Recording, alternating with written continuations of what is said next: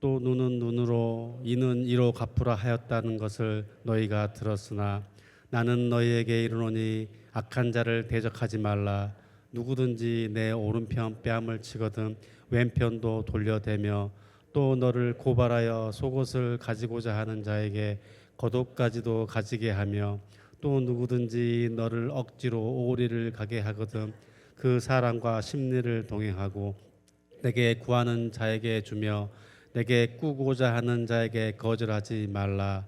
또 내 이웃을 사랑하고 내 원수를 미워하라 하였다는 것을 너희가 들었으나 나는 너희에게 이르노니 너희 원수를 사랑하며 너희를 박해하는 자를 위하여 기도하라. 이같이 한즉 하늘에 계신 너희 아버지의 아들이 되리니 이는 하나님이 그 해를 악인과 선인에게 비추시며 비를 의로운 자와 불의한 자에게 내려 주심이라. 너희가 너희를 사랑하는 자를 사랑하면 무슨 상이 있으리요? 세리도 이같이 아니하느냐? 또 너희가 너희 형제에게만 무난하면 남보다 더하는 것이 무엇이냐? 이방인들도 이같이 아니하느냐?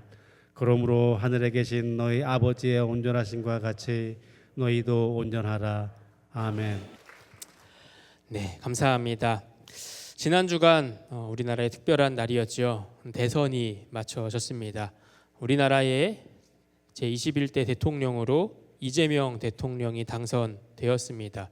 보면 대통령 당선이 되자마자 바쁘게 나라를 위해 일을 감당하고 있는 것 같습니다. 어떤 후보를 또 어떤 정당을 지지하셨었느냐에 따라서 만족하는 분도 계시고 또 마음이 답답해 하시는 분도 계신 것 같습니다. 그러나 결과가 어떻든지 간에 우리 국민들이 함께 선택한 이 결과에 따라서 이젠 우리가 이 나라를 위해서 또 세워진 지도자를 위해서 이 나라가 하나님의 뜻 가운데 세워져 갈 수 있도록 기도하는 일이 우리에게 남겨진 줄 믿습니다. 이 선거를 할 때마다 보면은 제가 선거를 하던 그 시간들을 볼 때마다면 서로 이 후보들이 네거티브 전략을 사용해서 항상 서로의 약점, 문제들을 이렇게 꺼내고 부각시켜서 마치 이 서로의 모습을 보면은 세상에 이런 철천지 원수가 있을까 생각이 될 정도로 서로를 헐뜯고 비난하는 모습들을 보게도 됩니다.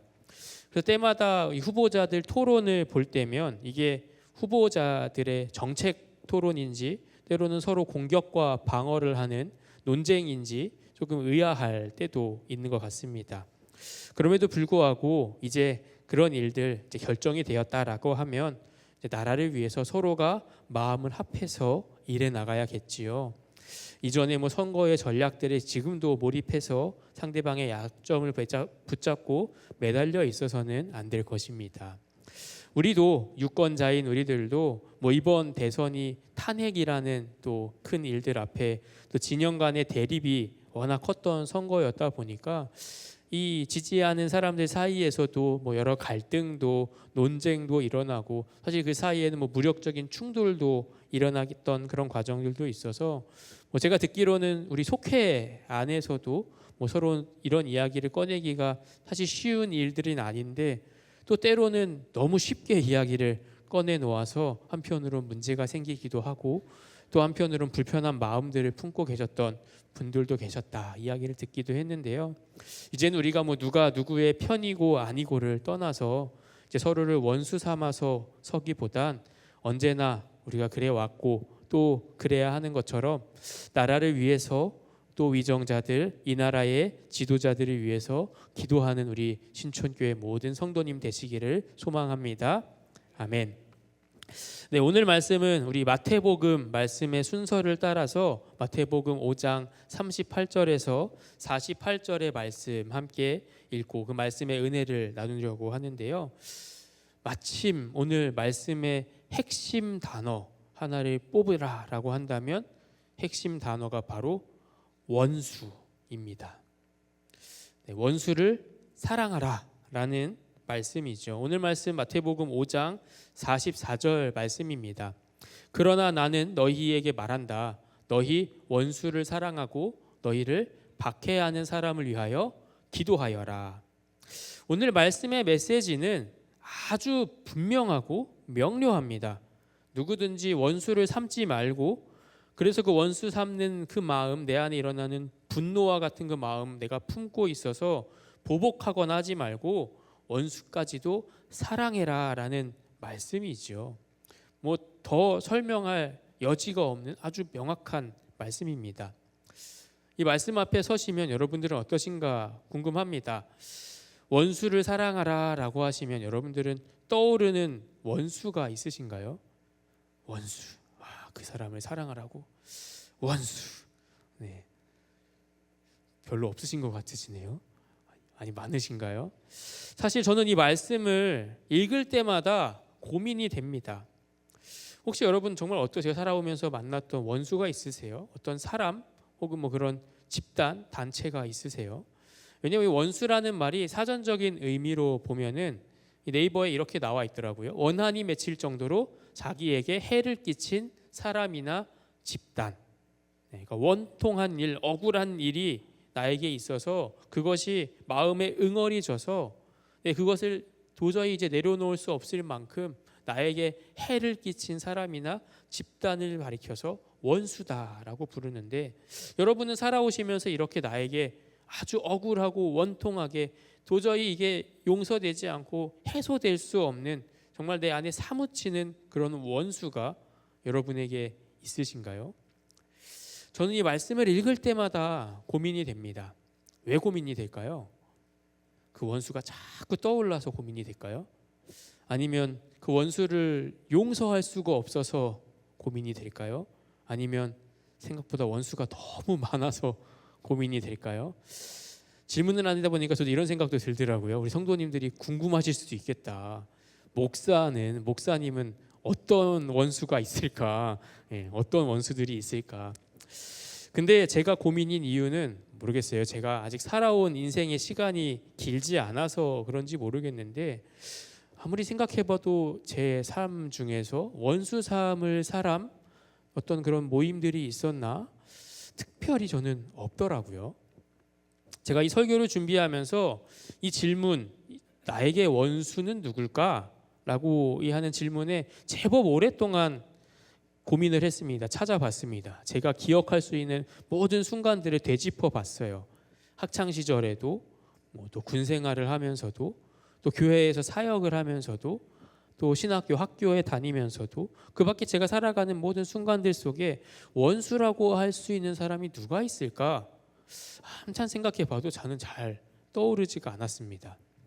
생각해 보면은 제가 지금까지 살아온 환경들이 그럴 수 있는 환경인 것 같기도 해요. 하나님께서 함께하여 주셔서 어려서부터 말씀 안에 살아왔고, 또 제 성향적으로도 사실 누군가 이렇게 원수 삼으려고 막 그러는 성향이 아니기도 하고요.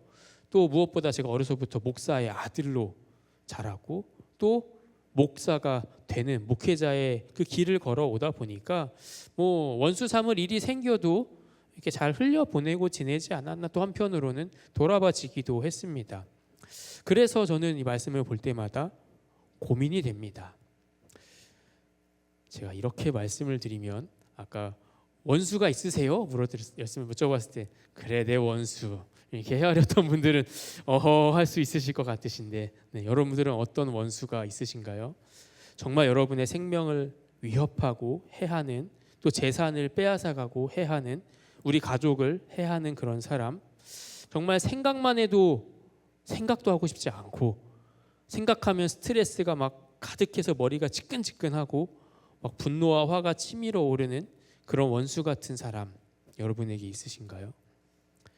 1부 때는 이렇게 말씀드리니까 이렇게 회심의 미소를 이렇게 쓱 지으셨던 분들이 계셨는데, 혹시 같이 살고 계신 그분은 아니시죠?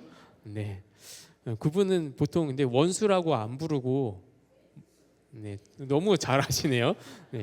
왼수라고 부르더라고요. 생각해 보면은 저뿐만 아니라 사실 여기 계신 분들 가운데서도 이 세상에서 정말로 철천지 원수다, 절대로 잊을 수 없는 나에게 원수다라고 말할 수 있는 그런 사람, 그런 관계가 얼마나 있을까 싶기도 합니다. 물론 살아가다 보면 우리가 서로 마음이 다르기도 하고 생각이 다르기도 하고 방향도 다르고, 그래서 대립하고 갈등할 수밖에 없는 관계들이 생기기도 하죠. 서로 경쟁의 관계에 있어서 경쟁자가 되기도 하고 그래서 부딪히는 사람들이 생기기도 합니다. 또 때로는 어쩌면 누구보다 굳게 믿고 있던 사람이 나를 배신해서 그 배신감이 너무 커서 마치 원수처럼 잊을 수 없는 사람이 나에게 있을 수도 있죠. 그런데 지금 우리가 살아가는 시대 앞에 그 원수를 내 마음에 품고 칼을 갈며 살아가는 일들이 얼마나 있을까 싶은 거죠. 어쩌면 그조차도 내 안에 남아있는 선택적인 갈등이 되고 또 선택적인 경쟁이 되지 정말 내가 그것을 피하고 싶다, 그 갈등을 겪고 싶지 않다라고 하면은 그 원수를 얼마든지 회피할 수 있는 세상, 그런 시대를 살아가고 있지 않나 생각이 되는 거죠. 어떠신가요? 그렇지 않으신가요? 그래서 물론 우리에게 원수 같은 사람이 있을지는 몰라도 그야말로 정말 원수다라고 말할 수 있는 사람 얼마나 있으세요? 뭐 이런 점에서는 아까 말씀드린 것처럼 우리말로 원수 같은 사람을 왼수다라고 이렇게 부르는 것 같기도 합니다. 그 왼수는 있을지언정 정말 원수가 얼마나 있을까요? 사실 그렇게 보면은 오늘 마태복음의 이 말씀은 정말 말씀드린 대로 아주 간단하고 명료한 말씀입니다. 원수를 사랑하라라는 이 말씀은 살아가면서 정말 그렇게 내가 잊을 수 없는, 도저히 용서할 수 없을 것 같은 그 원수 같은 사람이 있다면 그 사람을 용서하고 사랑하면 되는 것이고, 나에게 그런 원수가 없었다, 나는 그동안 살아오면서 원만한 관계들을 맺어왔고 좋은 관계들을 맺어왔고 하나님께서 나에게 그런 어려움들도 허락하지 않으셨다, 나에게는 은혜가 있다라고 한다면 이렇게 특별히 원수도 없는 것 같다라는 사람, 마치 저의 고민과 같은 마음을 가지신 분들은 오늘 말씀 앞에서 난 자유롭구나 라고 말할 수 있는 그런 말씀으로 볼 수 있을까요? 또 그렇게 보면 오늘 말씀이 혹시 그동안 나에게 힘들게 했던 원수가 있었던 분들, 진짜 원수, 나에게 해를 끼친 그 사람이 있는 그런 분들에게 주신 말씀이라고 우리가 봐야 할까요? 이렇게 보자면은 오늘 말씀이 참 불공평합니다. 어떤 사람은 살아오면서 원수 같은 사람 만나지도 않고 평안하게 살았는데 왜 나는 이렇게 누군가가 내 원수가 돼서 이렇게 힘들게 살아야 되는 어려움을 겪고, 그 어려움 가운데도 내가 믿음을 가지고 예수님 앞에 나아왔더니 그 어려움을 이전에 위로는커녕 이 말씀을 보니 예수님을 믿고 예수님의 가르침을 따르려고 봤더니 진짜 그 원수, 말 그대로 그 원수인 사람을 내가 용서하고 사랑해야 하는지, 심지어 오늘 말씀을 따라가 보면은 나를 박해하는 그 사람을 위해서 기도까지 해줘야 되는지, 이게 내가 하는 게 아니죠, 해줘야 되는 거잖아요. 불공평한 거 아니겠어요? 아닌가요? 여러분 사랑의 마음이 가득하셔서 인자한 마음으로 기도하고 계신가요? 보통 원수가 맺혔다라고 하면은 사실 그 원수 맺힌 사람은 보통 관계 가운데 약자인 경우가 많잖아요. 보통 어떤 누군가의 관계나 사건 속에서 피해를 입은 자가 원수 맺힌 사람이 되곤 합니다. 그래서 원수가 되어서 내가 피해를 입었고 어려움을 당했죠. 피해를 주고 어려움을 준 사람은 내가 원수된지도 잘 모르기도 합니다. 보통 이런 관계가 대등한 관계이지 않고 보통 내가 더 피해를 본 약자가 된단 말이죠. 그런데 그런 상황 속에서 오히려 내가 용서하고 사랑하고 그 사람을 위해 기도해 줘야 한다는 것, 결코 쉬운 말씀이 아닙니다. 어려운 말씀이죠. 이 말씀이 정말 내 안에 떠오른 원수들을 막 생각해 보셨을 때 너무 명확한 원수들이 보여졌다라고 하시면, 어떻게 보면 이 말씀을 읽으면서 예수님 이것까지는 좀 어렵겠는데요, 이 사람 정말 나의 원수인데요, 내가 잊을 수가 없는데요, 이 가르침대로 어떻게 살아가야 할지 그려지지가 않습니다. 이런 삶이 예수님의 방식이라고 하면 난 예수님 믿기 어렵겠습니다라는 마음까지 찾아올 정도로 어려운 말씀입니다. 근데 뿐만 아니라 예수님께서는 이 말씀 속에 우리들에게 공평하게, 공정하게 정말 당한 만큼 되갚아 줄 수도 있는 법이 이 성경 안에 있음에도 불구하고 되갚아 주는 것이 아니라 오히려 더 양보하고 손해보고 더 내어주고 도와주라고 말씀하실까요? 악함과 이 선함이 드러나는 그 순간에 그 악한 사람을 좀 그냥 피하면서 멀리하거나 악한 사람에게 응징하거나 이렇게 좀 도전하라는 말씀이 아니라 왜 더 당하고 더 내주고 더 함께하면서 더 꾸어주라, 허용하라고 말씀하실까요? 이런 말씀 성경에 있는 말씀 아닌가요? 오늘 말씀입니다. 오늘 말씀 38절에서 42절 말씀 같이 한번 다시 읽어볼까요? 시작. 눈은 눈으로 이는 이로 갚아라 하고 말한 것을 너희는 들었다. 그러나 나는 너희에게 말한다. 악한 사람에게 맞서지 말아라.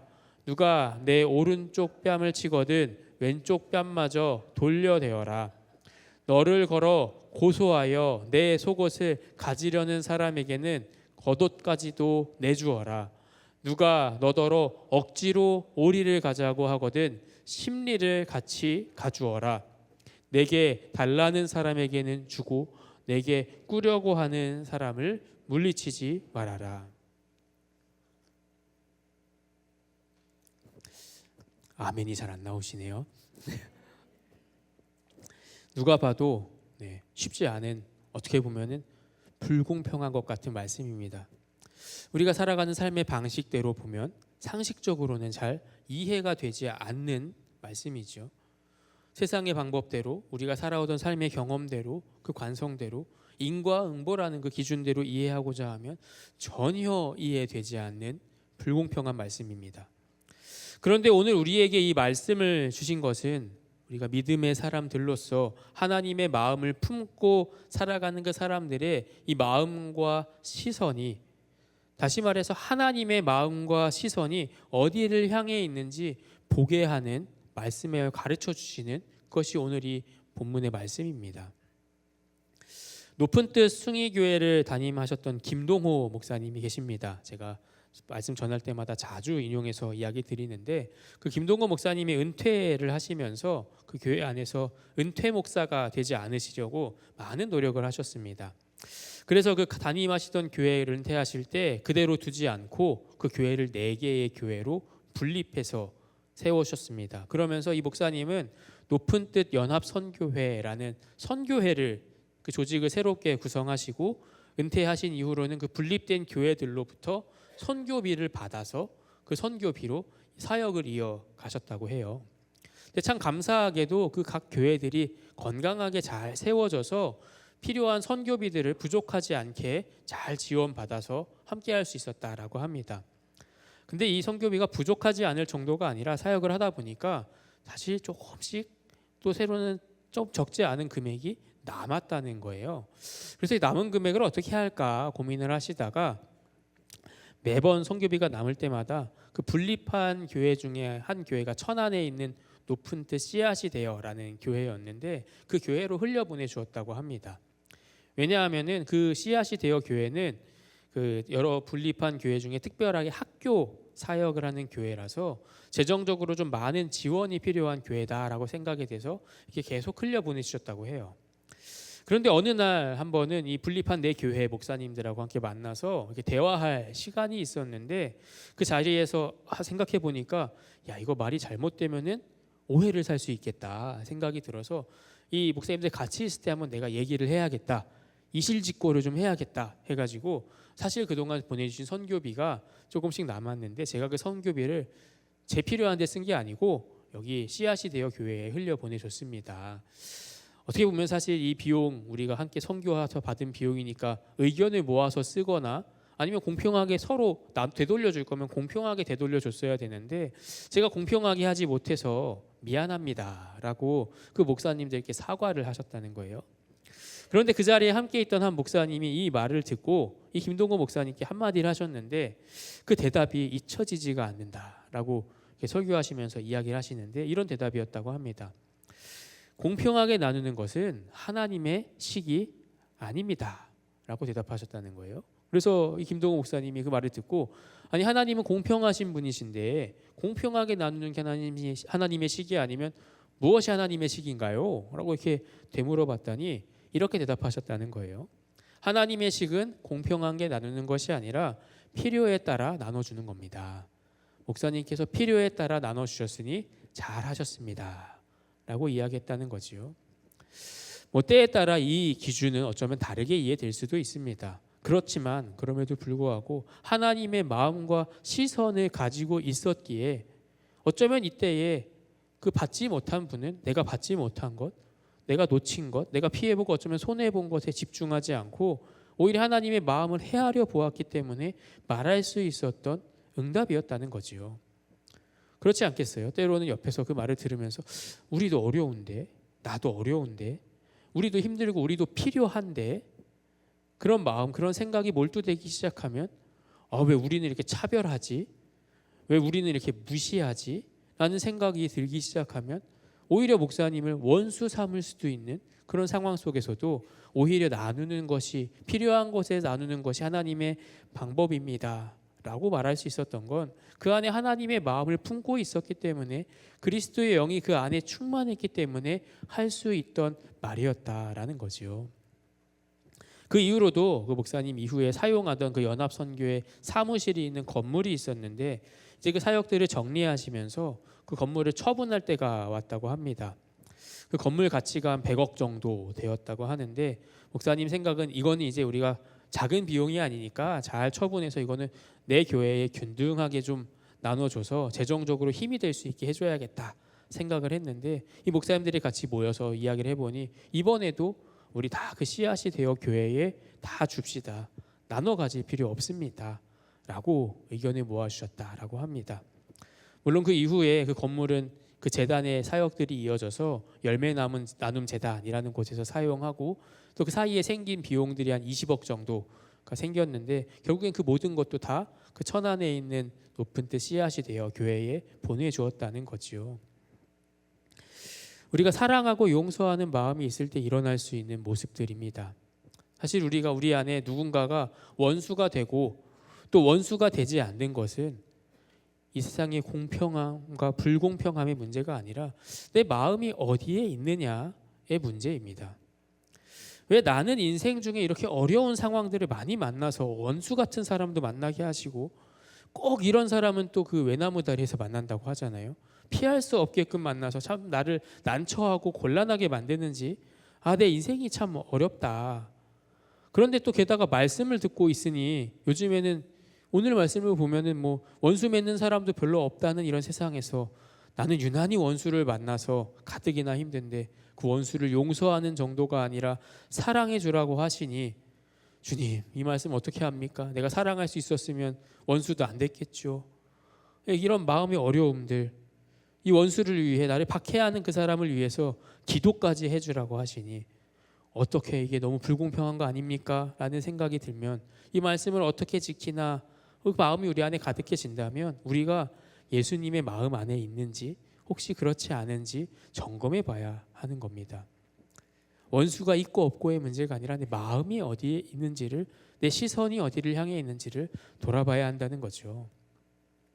우리가 원수를 맺고 원수가 되는 이유가 무엇일까요? 결국엔 돌아보면 다 우리의 소유욕 때문입니다. 가지고자 하는 욕심 때문이죠.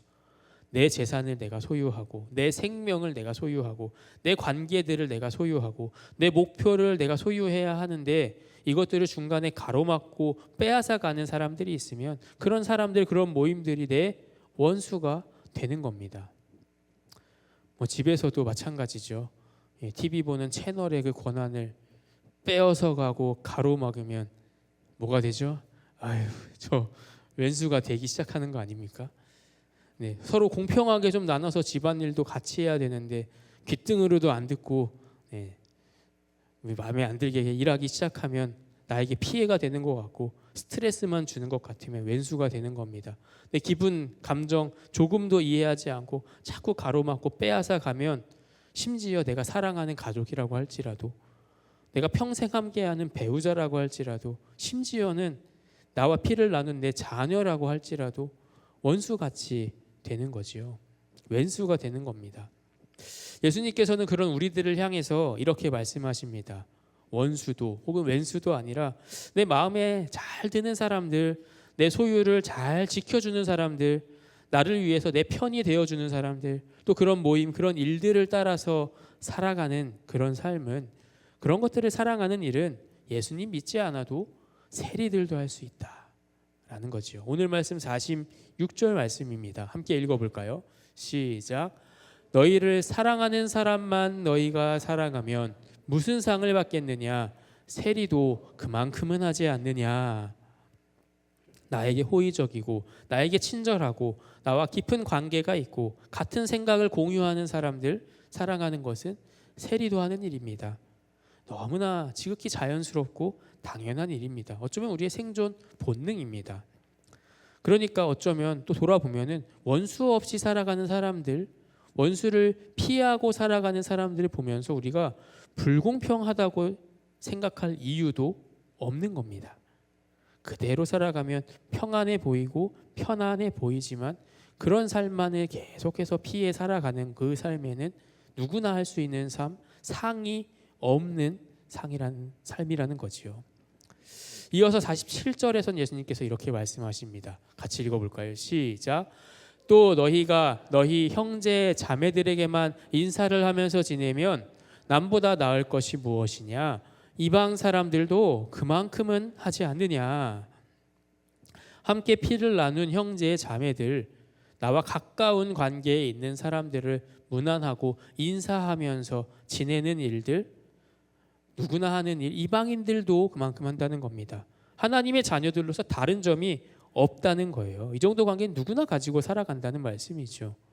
우리가 나에게 필요한 관계, 나에게 유익한 관계, 나에게 호의적이고 친절해서 평안한 그 관계만 붙들고 살아가면, 그러면 나에게 어려움이 없는 것이 아니라 어려움이 있어도 하나님이 마음이 향한 곳을 바라보지를 않고 회피하고 있지 않았나 돌아봐야 하는 겁니다. 혹시 믿음 없는 사람들과 전혀 다름없이 하나님도 어쩌면 나의 필요에 따라서 믿고 살아가고 있지 않은지 점검해 봐야 한다는 거죠. 예수님께서는 우리에게 이렇게 말씀하십니다. 44절, 45절 말씀입니다. 그러나 나는 너희에게 말한다. 너희 원수를 사랑하고 너희를 박해하는 사람을 위하여 기도하여라. 그래야만 너희가 하늘에 계신 너희 아버지의 자녀가 될 것이다. 아버지께서는 악한 사람에게나 선한 사람에게나 똑같이 해를 떠오르게 하시고 의로운 사람에게나 불의한 사람에게나 똑같이 비를 내려주신다.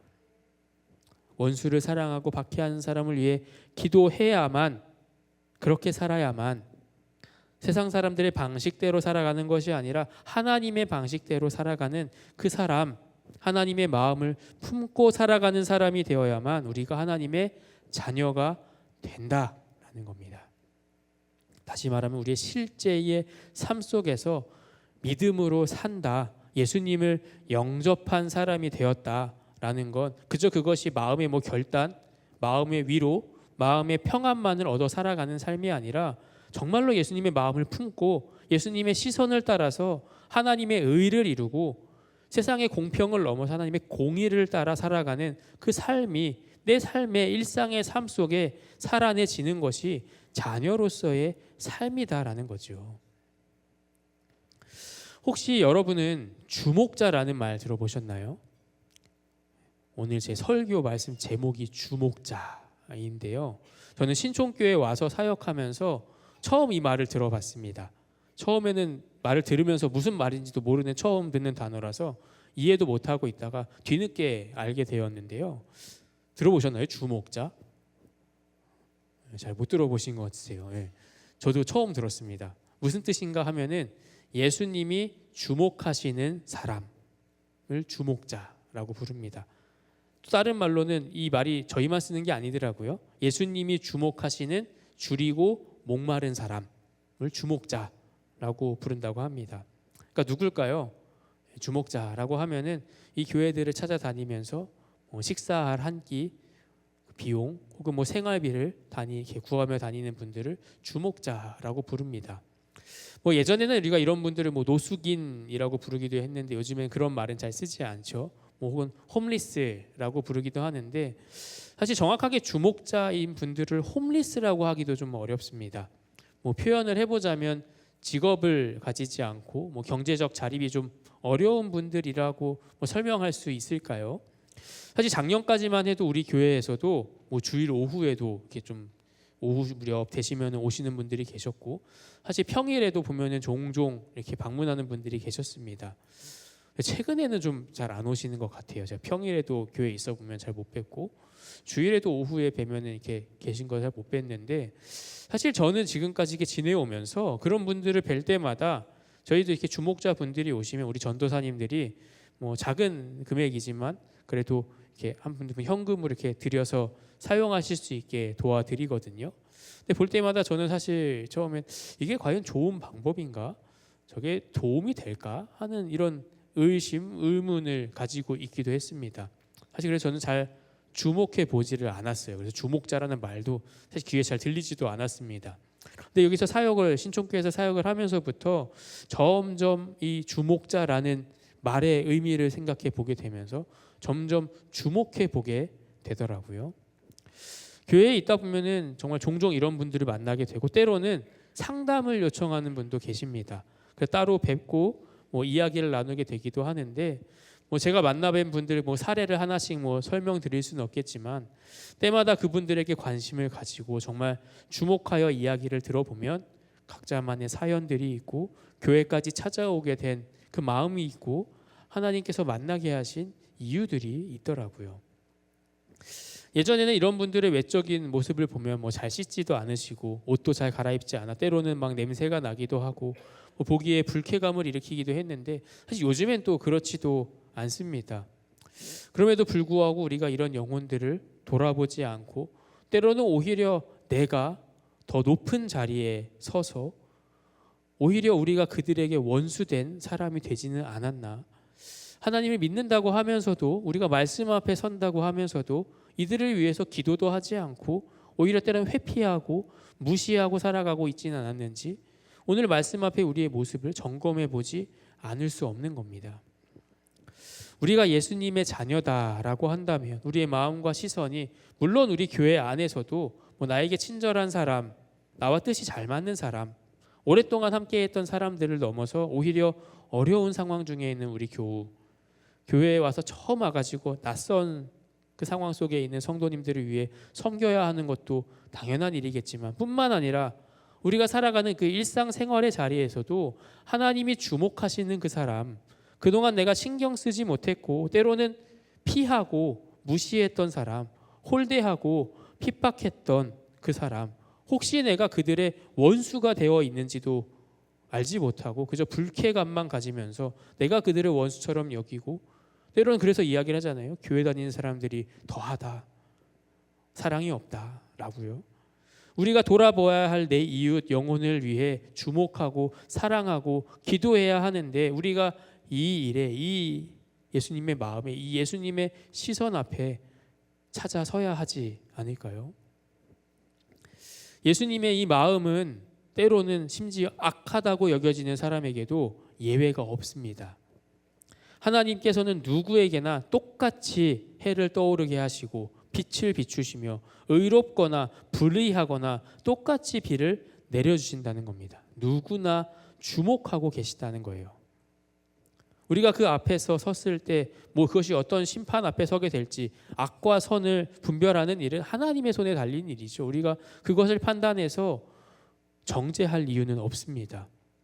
그리고 또한 이 이유 앞에서 보면, 이 말씀 앞에서 보면, 한 번 더 생각해 보면 우리 역시 사실 돌아보면 저 역시 우리 안에 선한 것이 하나도 없음에도 오히려 그래서 우리가 누군가의 원수가 되고 있을지도 모르고, 또 그렇게 약하고 악하고 죄인인 우리를 하나님께서 사랑해 주신다는 겁니다.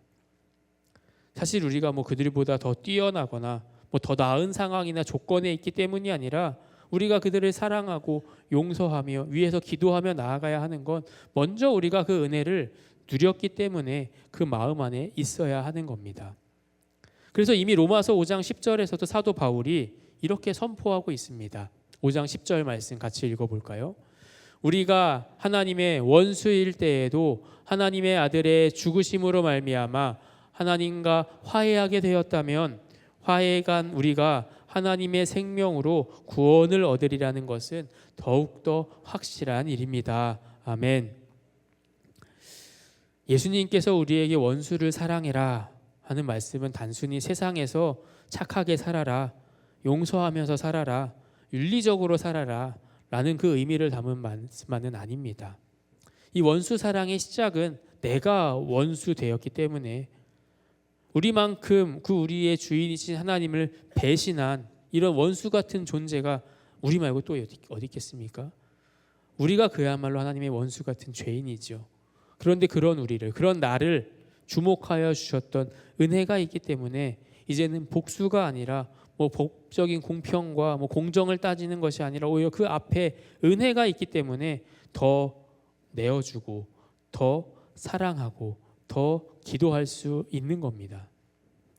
내 안에 나만의 기준들, 나만의 공평과 공정에 머물러서 내 방법대로 살아오면서 내 소유에 집중하며 살아온 삶이었다면, 또는 혹은 이전에 내가 무시하고 멸시하던 이들과 사실 별반 다르지 않았던 나를 사랑하셨던 그 하나님의 사랑 앞에 선다라고 한다면, 이젠 우리가 하나님께서 바라보시는 그 영혼들을 위해서 나를 주목하여 주셨던 그 하나님의 은혜와 같이 이제는 그 은혜를 통해서 하나님이 주목하시는 그 영혼을 위해 손을 내밀고 한 걸음 더 다가가는 하나님의 자녀가 되기를 결단하셔야 한다는 겁니다. 그래서 어려운 사람들, 꼭 어려워서만이 아니죠. 때로는 나를 불편하게 하는 사람, 원수같이 구는 사람들, 이런 사람들은 다 인과 응고지. 그들이 한 일이 있으니까 받는 결과겠지. 심는 대로 거둔 삶이니까 라고 하면서 흘려보내는 것이 아니라, 혹은 또 그 원수된 마음이 내 안에 사무쳐서 내가 당했으니 너도 당해야 된다. 눈에는 눈, 이에는 이가 아니라 오히려 오늘 말씀처럼 오른쪽 뺨을 치면 왼쪽을 돌려댈 수 있고, 나의 모욕감도 다 감당해낼 수 있고, 속옷을 달라는 사람에게 겉옷까지 다 내어줄 수 있고, 오리를 억지로 가자는 이에게 그 자원하여 심리도 가줄 수 있고, 달라는 사람에게 거저주고 꾸려는 사람 거절하지 않는, 어쩌면 세상적으로 보면 정말 바보 같은 그런 삶, 미련한 그 삶, 그 십자가의 길을, 그 도를 따라가는 삶이 우리에게 주신 예수님의 말씀입니다. 그런 사랑의 삶을 살아가는 우리 성도님들이 되시기 바랍니다. 한번 이 질문 앞에 우리의 삶을 돌아보며 점검하며 결단해 보면 좋겠습니다. 오늘 말씀에도 이렇게 말씀하시는데요. 여러분은 누구를 향해서 반갑게 인사하고 문안하고 계신가요?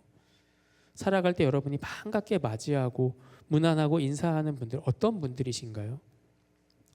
혹시 누가 나의 원수가 되었나? 나는 그 원수됨을 어떻게 갚아야 하나? 하나님께서는 왜 나에게 원수를 맺게 하셔서 원수가 있는 것도 억울하고 힘든데 그 원수까지 사랑하라고 하시냐? 이 말씀, 이 마음 앞에 주저하고 계시진 않으신가요? 그래서 나와 가까운 사람, 편안한 사람, 관계가 깊은 사람들만 반갑게 인사하고 무난하며 살아가고 계시진 않으신가요? 여러분의 이웃의 범위는 어디까지가 이웃인가요? 나에게 영향을 좀 미치는 사람들, 나와 뭔가 상관이 있는 사람, 관계가 있는 사람이 나의 이웃이고, 나에게 불편함을 주고 혹은 내가 신경 쓰지 않아도 될 그런 거리에 있는 사람, 혹은 신경 쓰고 싶지 않은 사람은 마치 원수를 바라보는 것처럼 무관심하고 무시하고 회피하며 내 나름대로의 평안을 지키며 살아가고 있지는 않으신가요? 마태복음 25장 40절에서 예수님께서는 심판할 때에 복받을 사람을 이렇게 말씀하십니다. 임금이 그들에게 말하기를 내가 진정으로 너희에게 말한다. 너희가 여기 내 형제 자매 가운데 지극히 보잘것없는 사람 하나에게 한 것이 곧 내게 한 것이다 할 것이다. 또한 45절에서는 이렇게 말씀하십니다. 그때에 임금이 그들에게 대답하기를 내가 진정으로 너희에게 말한다. 여기 이 사람들 가운데서 지극히 보잘것없는 사람 하나에게 하지 않은 것이 곧 내게 하지 않은 것이다 하고 말할 것이다. 오늘 말씀 가운데 우리에게 원수된 사람이 누군지, 혹은 왜 나에게 그 사람이 원수가 되었는지, 혹은 또 그 말씀 앞에 나는 나름대로의 자유함을 누리고 있다라고 오해하고 있지는 않은지, 내가 누군가의 원수가 되어 있지는 않은지, 그럼에도 불구하고 무감각하게 회피하며 살아가고 있지 않은지, 오늘 말씀 앞에 우리의 그 삶의 자리, 그 믿음의 자리를 점검하고 다시 정렬하는 시간이 되시기를 바랍니다. 어떻게 점검해 나갈까요? 누구를 만나 내가 반갑게 인사하고 있나 점검하는 겁니다. 우리가 교회에서 함께하는 일들 앞에 얼마나 내가 기쁜 마음으로 동참하고 있는지 점검하는 거지요. 이제 오늘부터 우리 교구 국내 단기 선교가 시작됐습니다. 그래서 우리 6교구는 오늘 아까 아침 8시 반에 출발해서 아산에 있는 농아교회로 단기 선교를 갔습니다. 아마 같은 시간에 이제 거기도 예배가 끝날 시간이 되어가지 않았을까 싶습니다. 다음 주에는 1교구, 4교구가 의정부에 있는 한마음 캄보디아 교회로 갑니다. 캄보디아 외국인 노동자 또 유학생들을 위한 그 교회를 향해 가고요. 2교구, 3교구는 강원도 정선에 있는 멀리 있는 세일교회로 다녀옵니다. 뿐만 아니라 순서대로 우리 모든 교구들이 비전 교회들을 섬기며 함께 예배하면서 정말 간절한 마음으로 함께 기도하기 위해서 이 하나님의 마음과 시선을 찾아가기 위해서 이 단기 선교의 일정을 갖습니다. 이제 3년째 됩니다.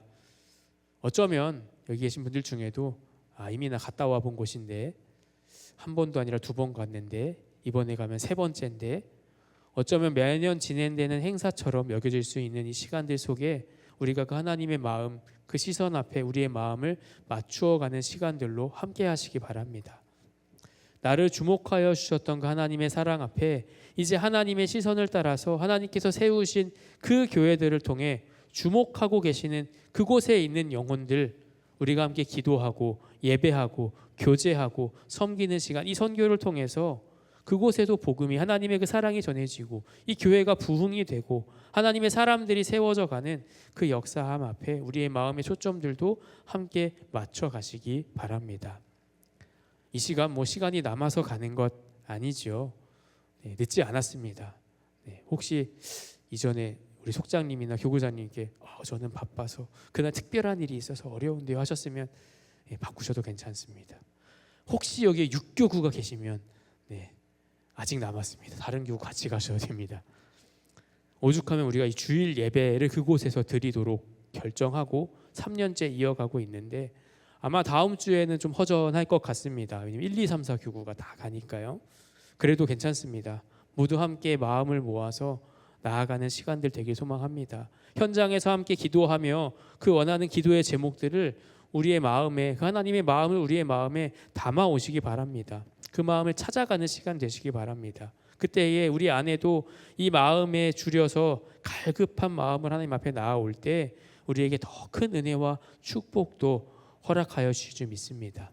오늘 말씀의 그 마지막에 예수님께서 말씀하시며 우리에게 이렇게 명령하십니다. 5장 48절 말씀 함께 읽어볼까요? 시작. 그러므로 하늘에 계신 너희 아버지께서 완전하신 것 같이 너희도 완전하여라. 아멘.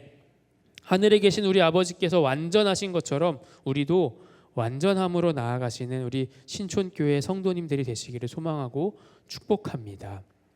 이제 시간 함께 기도하며 결단하며 나아가시기 바랍니다.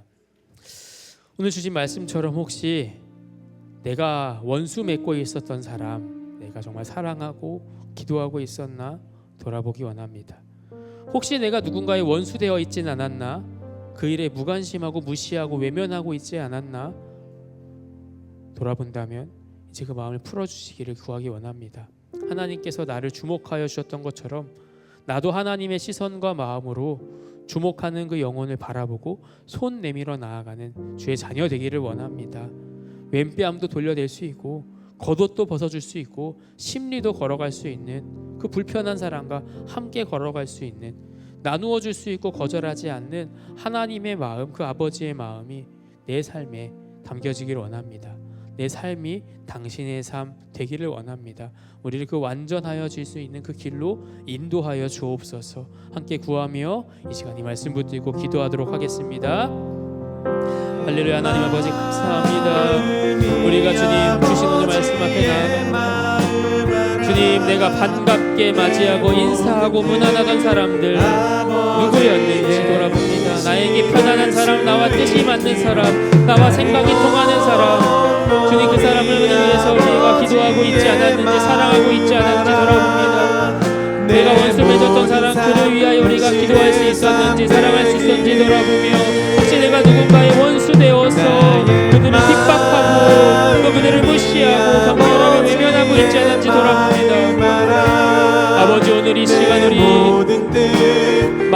머릿속에 떠오른 그 원수와 같은 한 영혼이 있다면 이제 주님 그 영혼을 위하여 우리가 사랑으로 나아갈 수 있도록 기도로 품어 나아갈 수 있도록 주님 우리의 마음을 열어주시고 인도하여 주시옵소서. 주님의 마음으로 나아가게 하여 주시옵소서. 주님 우리가 주님의 마음 품고 나아가길 원합니다. 원수까지도 사랑하며 그를 위해 기도하기 원합니다. 혹시 내가 그 원수 맺힌 마음의 복수심에 여전히 분노하고 있었다면 사랑하고 기도할 수 있는 마음 허락하여 주시고, 혹시 내가 누군가의 원수되어 있었음에도 외면하고 회피하고 있었다면 주님 다가갈 수 있는 마음 허락하여 주옵소서. 오늘 이 시간 나의 삶을 점검하며 돌아봅니다. 내가 반갑게 마주하며 인사했던 사람들, 혹은 내 표정이 굳어져 외면했던 사람들 누구였는지 돌아볼 때 내 안에 떠오른 그 사람들, 그 영혼들, 그 원수 같은 사람 위하여 한 걸음 더 손 내밀어 나아갈 수 있는 우리가 될 수 있도록 인도하여 주옵소서. 아버지의 마음을 품고 당신의 삶 걸어갈 수 있도록 주님 명령하신 대로 주님의 완전하심을 따라 나아가는 우리 될 수 있도록 우리를 인도하여 주옵소서. 감사합니다. 모든 말씀 우리를 구원하신 예수 그리스도의 이름으로 기도합니다. 아멘. 이 시간 자리에서 일어나셔서 함께 인사하면 좋겠습니다. 좌우 앞뒤에 있는 분들 함께 사랑합니다, 축복합니다, 기도합니다 함께 인사하면 좋겠습니다. 사랑합니다, 축복합니다, 기도합니다. 한 가지 더 인사하면 좋겠습니다. 죄송합니다, 감사합니다 함께 인사하겠습니다. 죄송합니다, 감사합니다. 우리가 인사들의 평안한 마음으로 나아갈 수 있는 우리에게 소망합니다. 이 시간 아버지 당신의 마음이 있는 곳에 함께 찬양하겠습니다.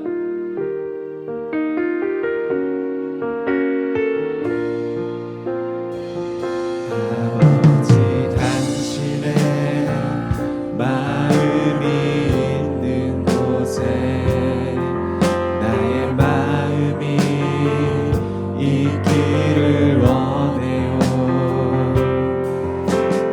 아버지 당신의 눈물이 고인 곳에 나의 눈물이 고이길 원해요. 아버지 당신이 바라보는 영혼에게 나의 두 눈이 향하길 원해요. 아버지 당신이 울고 있는 어두운 땅에 나의 두 발이 향하길 원해요. 나의 마음이 아버지의 마음 알아. 내 모든 뜻 아버지의 뜻이 될 수 있기를 나의 온 몸이 아버지의 마음 알아. 내 모든 삶 당신의 삶 되기를 나의 마음이 아버지의 마음 알아. 내 모든 뜻 아버지의 뜻이 될 수 있기를 나의 온 몸이 아버지의 마음 알아. 내 모든 삶 당신의 삶 되기를. 이제는 우리를 죄악 가운데에서 구원하신 예수 그리스도의 크신 은혜와 그 아들을 아낌없이 보내신 아버지 하나님의 무한하신 사랑과 지금도 우리와 함께 하시며 우리를 인도하시는 성령님의 역사 교통하심이 이 시간 하나님 아버지의 마음을 품고 세상으로 우리의 삶의 자리로 나아가는 우리 신촌교회 모든 성도들과 함께 예배하는 모든 영혼들에게 이제로부터 영원토록 함께 하옵시기를 간절히 축원하옵나이다. 아멘.